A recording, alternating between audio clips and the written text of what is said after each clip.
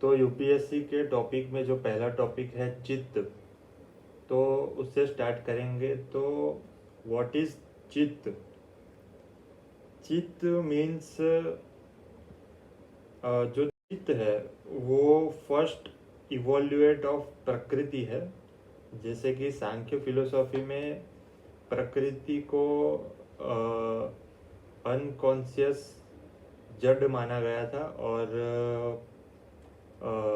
पुरुषा को कॉन्शियस माना गया था। तो वही प्रकृति और पुरुषा में जो प्रकृति का फर्स्ट इवोल्यूएट है उसको योगा फिलोसॉफी में चित्त माना गया है।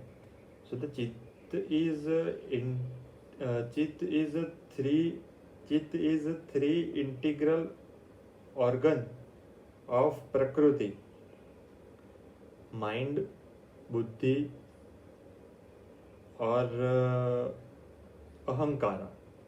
यानी कि महत, मानस और अहंकार का जो तीन इंटीग्रल ऑर्गन है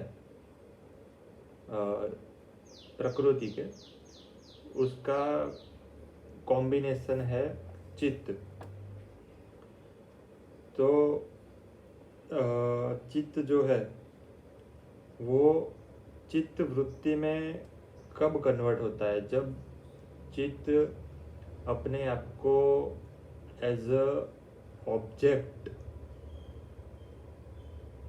रिफ्लेक्ट करता है। यानी कि जब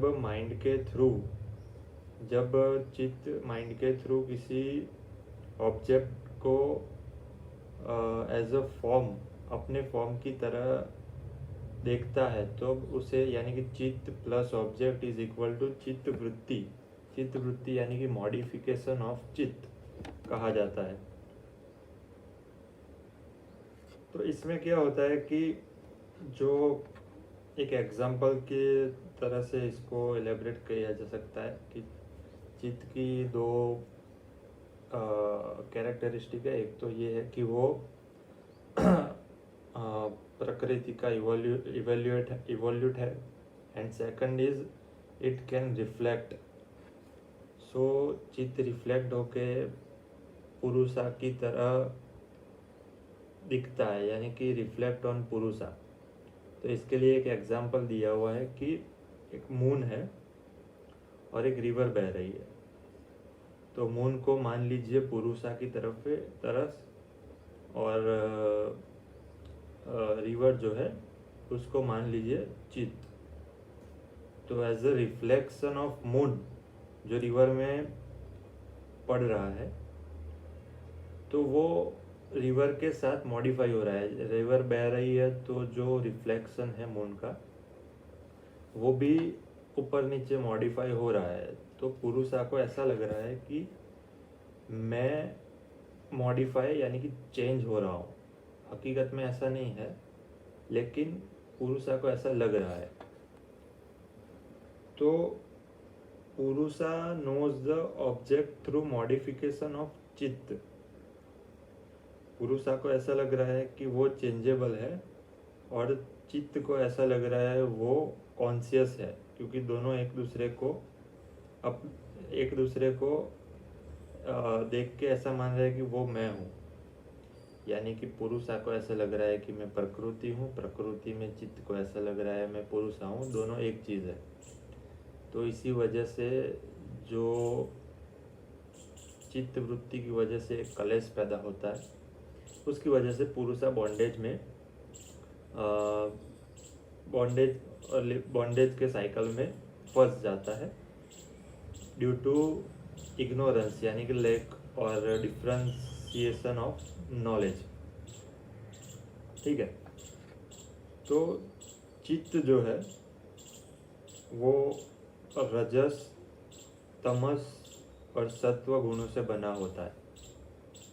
तो उसके 5 टाइप है according to the domination of any guna. अगर उसमें शिफ्ट यानी कि जो रजस और तमस का डोमिनेशन होगा तो चित्त योगा में इंक्लूडेड नहीं होगा, यानी कि वो रेस्टलेस की कंडीशन में होगा, क्षिप्त में। दूसरा है मुदा, यानी कि ब्लाइंडेड, जिसमें तमस का गुण है वो डोमिनेंट होगा। तीसरा है विक्षिप्त, यानी कि डिस्ट्रैक्टेड, जिसमें तमस गुण रिमूव हो जाता है लेकिन रजस गुण डोमिनेट होता है। हालांकि कहीं कहीं जगह पे कई टाइम पर सत्व गुण भी डोमिनेशन में आता है, लेकिन वो थोड़े टाइम के लिए होता है, बाद में रजस गुण डोमिनेट कर जाता है। तो ये जो तीनों टाइप है पहले, वो योगा में कंसिडर नहीं किए जा सकते। पहला है क्षिप्त, दूसरा है मुदा और तीसरा है विक्षिप्त, यानी कि restlessness, blinded and distracted are not included in yoga.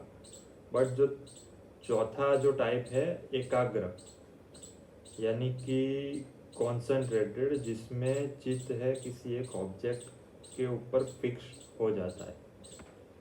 और पांचवा जो है वो है निरुद्ध, यानी कि रेस्ट्रेंट, यानी कि एब्सेंस ऑफ मॉडिफिकेशन। मॉडिफिकेशन इसमें चित्त का होता ही नहीं है, इसको बोलते हैं निरुद्ध, जो हायर मेंटल स्टेट को बोला जाता है। तो ये जो एकाग्र और निरुद्ध है वो योगा के कंडक्टिव स्टेज है, जिसमें एकाग्र में जो पर्टिकुलर ऑब्जेक्ट के ऊपर कॉन्सेंट्रेट किया जाता है चित्त को, उसको हम संप्रज्ञ समाधि भी बोलते हैं, या उसे सबीज समाधि भी बोलते हैं।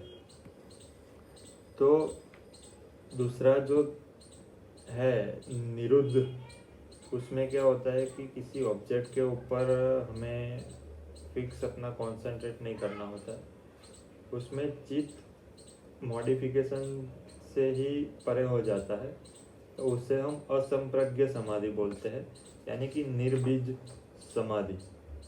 और ये दोनों स्टेज को साथ में हम समाधि योग बोलते हैं। समाधि को आगे भी देखेंगे। तो ये था ब्रीफ एक डिटेल इंट्रोडक्शन ऑफ चित्त। एक उसे 2 मिनट में रिवाइज करते हैं, यानी कि चित्त जो है वो क्या है, व्हाट इज द चित्त? चित्त इज इवोल्यूट ऑफ प्रकृति and it is integral it is a internal it is combination of internal organ of prakriti, यानी कि माइंड, बुद्धि एंड अहंकारा। ये हो गया। It can reflect, so reflect हो जाता है, इसलिए appear to be conscious due to closeness towards पुरुषा।